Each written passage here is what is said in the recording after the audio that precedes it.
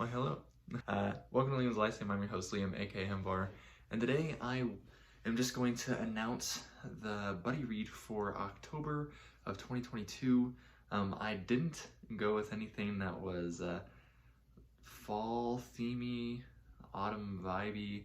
I just went with a book that I've been wanting to read.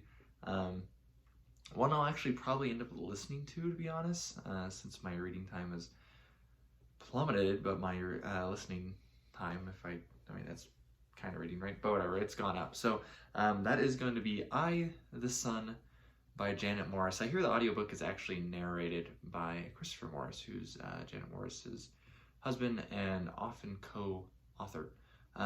So this one should be pretty fun. I'm going to read the back of it real quick for you. It is standalone, like all the buddy reads I've been doing of late. So let me read this real quick for you. A saga of kingship and greatness, love and death, politics and treachery in the second millennium BC, or BCE in some common things anyways. It says, in Egypt, in Amuru and Ugart, in Babylon and Byblos, my new name was being sounded out by scribes, then secretaries, then kings. In Hatti, I myself had trouble adjusting to it. I had been Tasmasari too long, but it was as the sun, Sapeluliamus, all would come know me.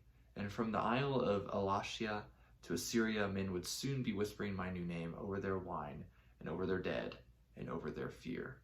From palace coups in the lost city of Hattusas to treachery in the Egyptian court of Tutankhamun, I, the Sun, the saga of the Hittite king Sapeluliamus, rings with authenticity and the passion of a world that existed 1400 years before the birth of Christ. They called him Great King, favorite of the storm god, the Valiant. He conquered more than 40 nations and brought fear and war to the very doorstep of 18th dynasty Egypt, but he could not conquer the one woman he truly loved. It's gotten a lot of praise when it came out, even by, I think, anthropologists who are experts on Hittite culture. Looks like it's copyright 1983, so it came out in the early 80s. It again, if you couldn't gather from the back, it is about a Hittite king, one of the most powerful. I think he expanded the Hittite Empire, which is mostly or largely in modern day Turkey, for those unaware, to its largest boundaries essentially. So sounds pretty interesting. I was drawn in by the title, I, the Sun.